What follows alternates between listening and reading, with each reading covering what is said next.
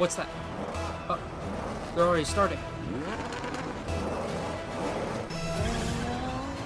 What's up, everybody? Today we're going to talk about the top esport Rocket League, a daring turn on the game we know as soccer.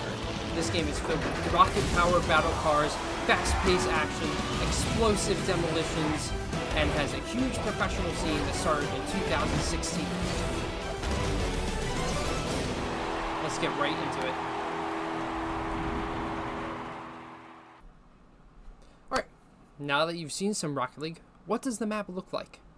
Well, it's a long field that you'll find yourself in one of 3 kickoff positions when you join a lobby.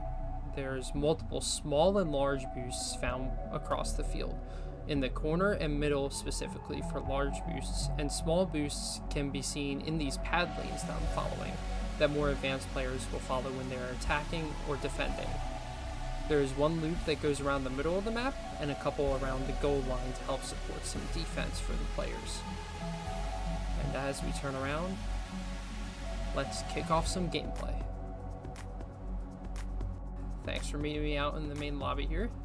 We're gonna hit that play button and jump into some free play.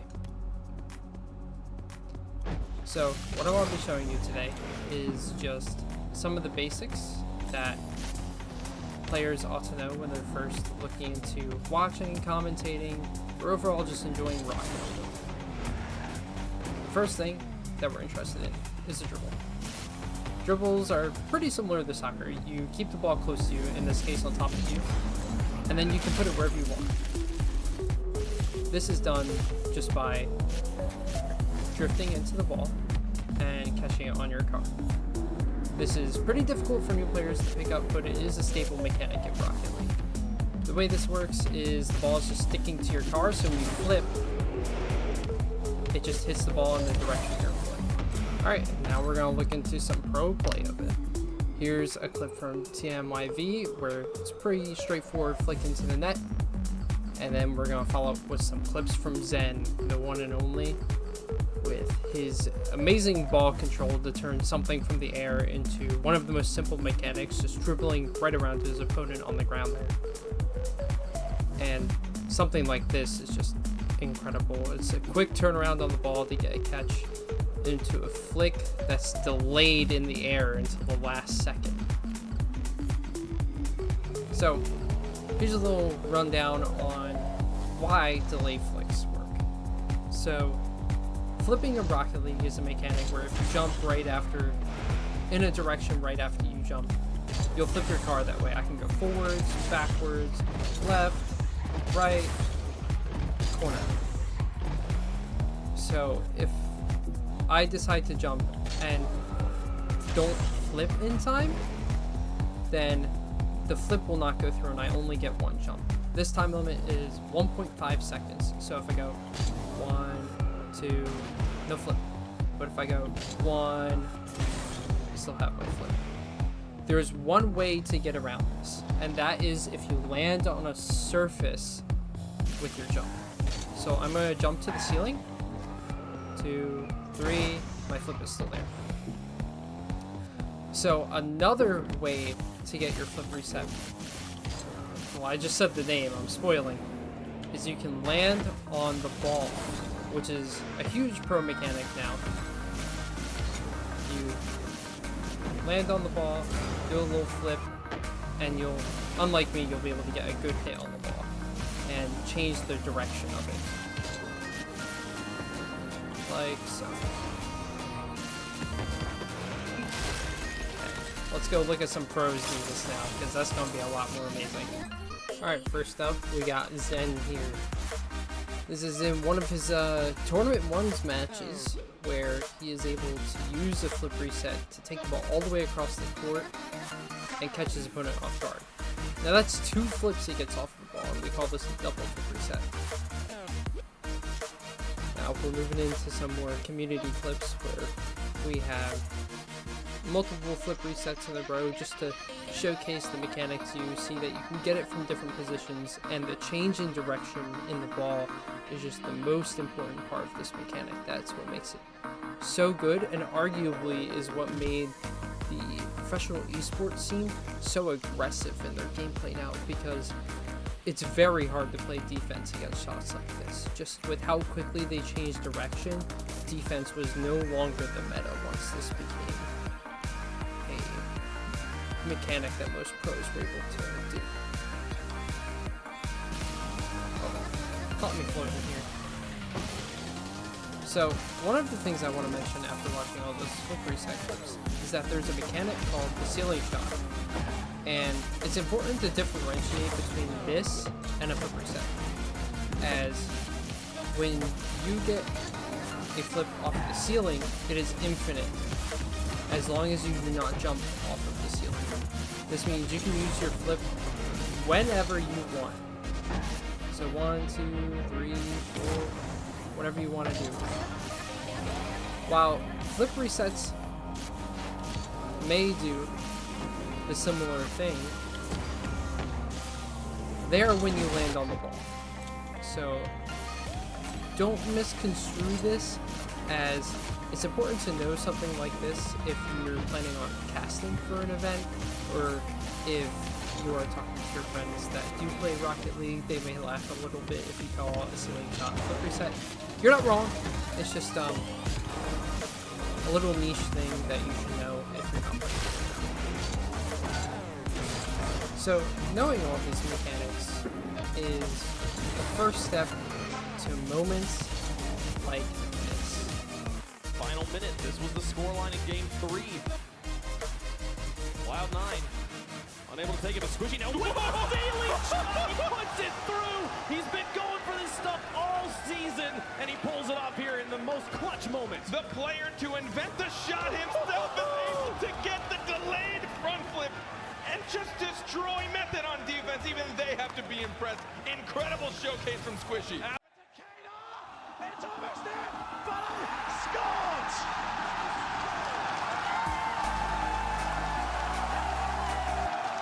The shot unanswered from K-Dub. All season long, it's had support from Turbo. And he won't let up now. 4 seconds left. NRG need this immediately. They've got to kick off in their favor. K-Dub tries to clear. It is almost there. It just hits the floor. Violet Panda puts it a long way. And it's almost there. Justin keeps it alive. Turbo passes there. Bounces into the corner. NRG still around. Justin is there for the shot. Justin! Justin! This is Rocket League!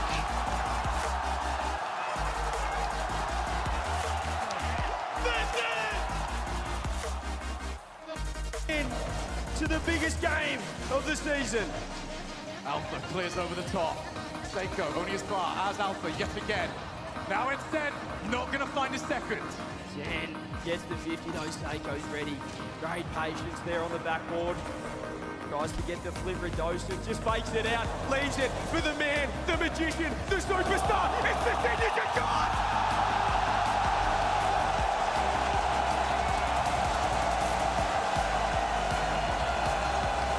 Watch it!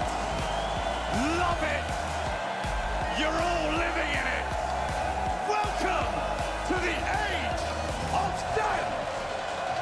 The Golden Hornets are popping, and 4 minutes different. The casters, the players, the mechanics, all of them lead to these hype moments in the esports scene that we watched today.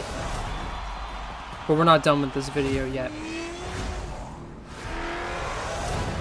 We're going to be getting into some top 2% gameplay in 2s, where I'll be describing what I'm doing in the game, why I'm doing it, and pointing out some of the mechanics that we've seen before throughout the match. If you notice through this animation, you can see that the developers in Rocket League love showcasing these mechanics that are seen in their matches. Bonus points if you can point out down below in the comments which mechanics that you noticed in the video that we've talked about today. Alright, let's go.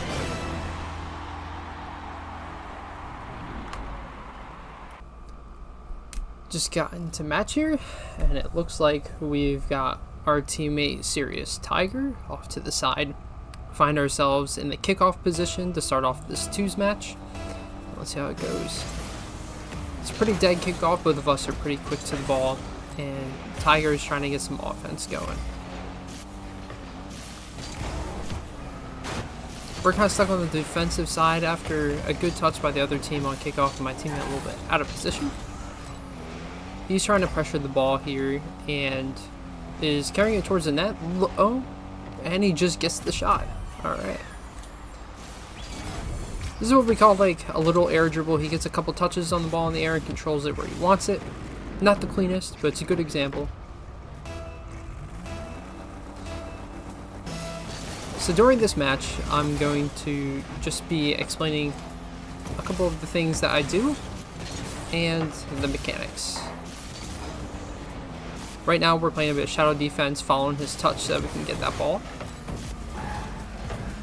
Waiting out for a pass here is a bit too hard, so we're going to try and go for the block. Don't get it, so we're just going to try and stay on top of the ball so that they can't get a good control. Don't really want them to get a dribble on a solo player, as it's better to play with 2 players against 1 rather than 1v1. Get a good breakaway here, and I'm trying to demo my opponent here, get him out of the way so my teammate can shoot, but it just wasn't possible. Pretty dangerous play, wouldn't suggest going for it.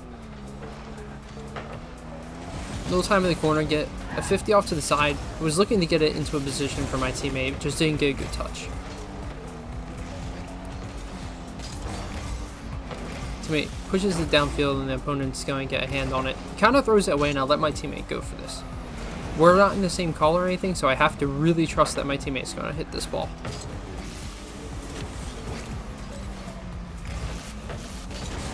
Unfortunately, I missed the boost there, and it allows this guy to recover and save the ball away from my teammate.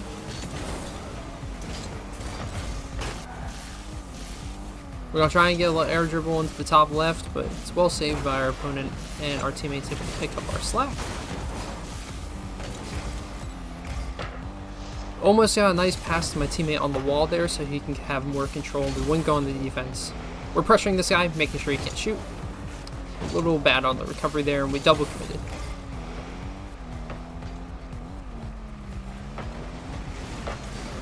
I'm faking going for this ball so that I can get the boost in the corner because I know that guy is not in a position where he can hit the ball well. And we get a good breakaway here where I'm able to dribble it around him. And we got our second goal of the game. Just a really good pass from my teammate, forcing this guy to have to commit.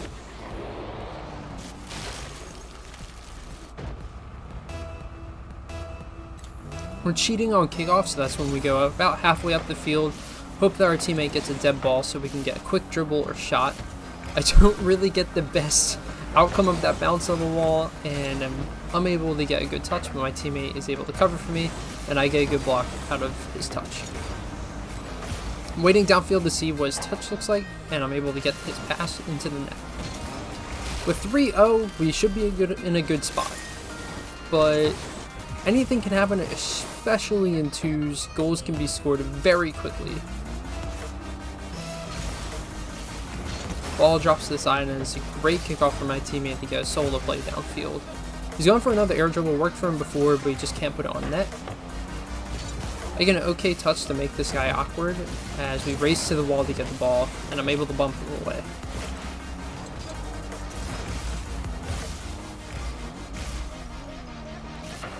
Have to buy time for my teammate to get back, so we go into a 2v2.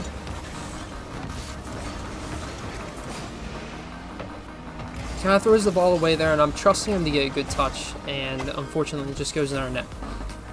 Can kind of show how aggressive gameplay can lead to open nets for your opponent.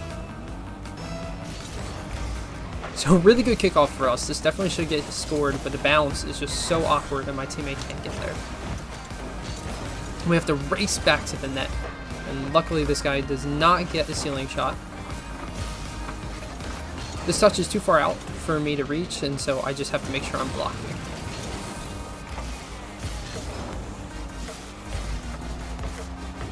Get a nice bit of control here, and I actually catch my opponent off guard. He didn't think that I would be able to gain control after that quick touch on our net.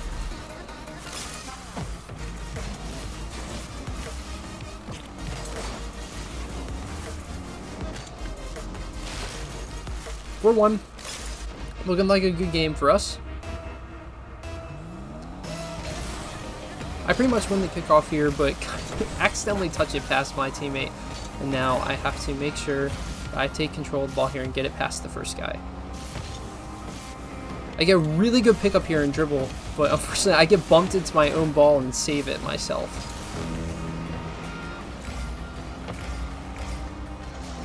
Touch from my teammate there, not the best as it puts it right into our opponent, and I'm not able to get the rebound.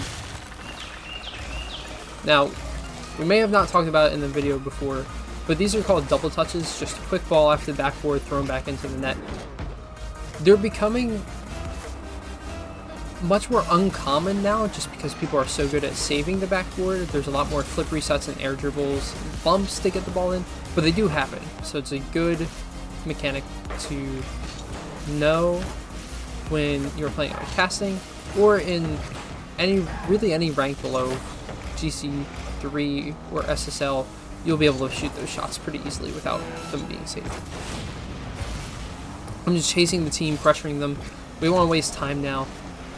There's only 20 seconds left, and my teammate unfortunately whiffs under the pressure and doesn't get the touch I'm expecting. It's good on them. They force him to use his boost to reach the ball, and he just misses. I'm going to cheat again because I know my teammate really hasn't lost the kickoff at all the whole game. And right here, we're just faking that we're going for it. Staying close to the ball and make sure that they don't go for it. I'm wasting as much time as possible still, throwing the ball away from them, keeping it up high, and they get their last hurrah here, and he just can't keep it up. And that's our game. Well won, pretty close in the end.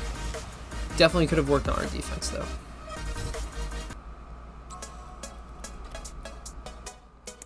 Well, that'll be it for our video, guys. Hope you enjoyed learning about Rocket League, some of the mechanics behind it, and watching some professional gameplay. I hope you learned something from this video, and that perhaps even you may have taken an interest in Rocket League. It's a game that's definitely has its own category, and you won't really see any of the skills translate. So being good at this game is definitely a dedication and skill that you will not be able to transfer. And yeah, hope you enjoy these last few clips of me proving that I don't suck at the game, and that, hey, with enough practice, you can get some goals like a pro too.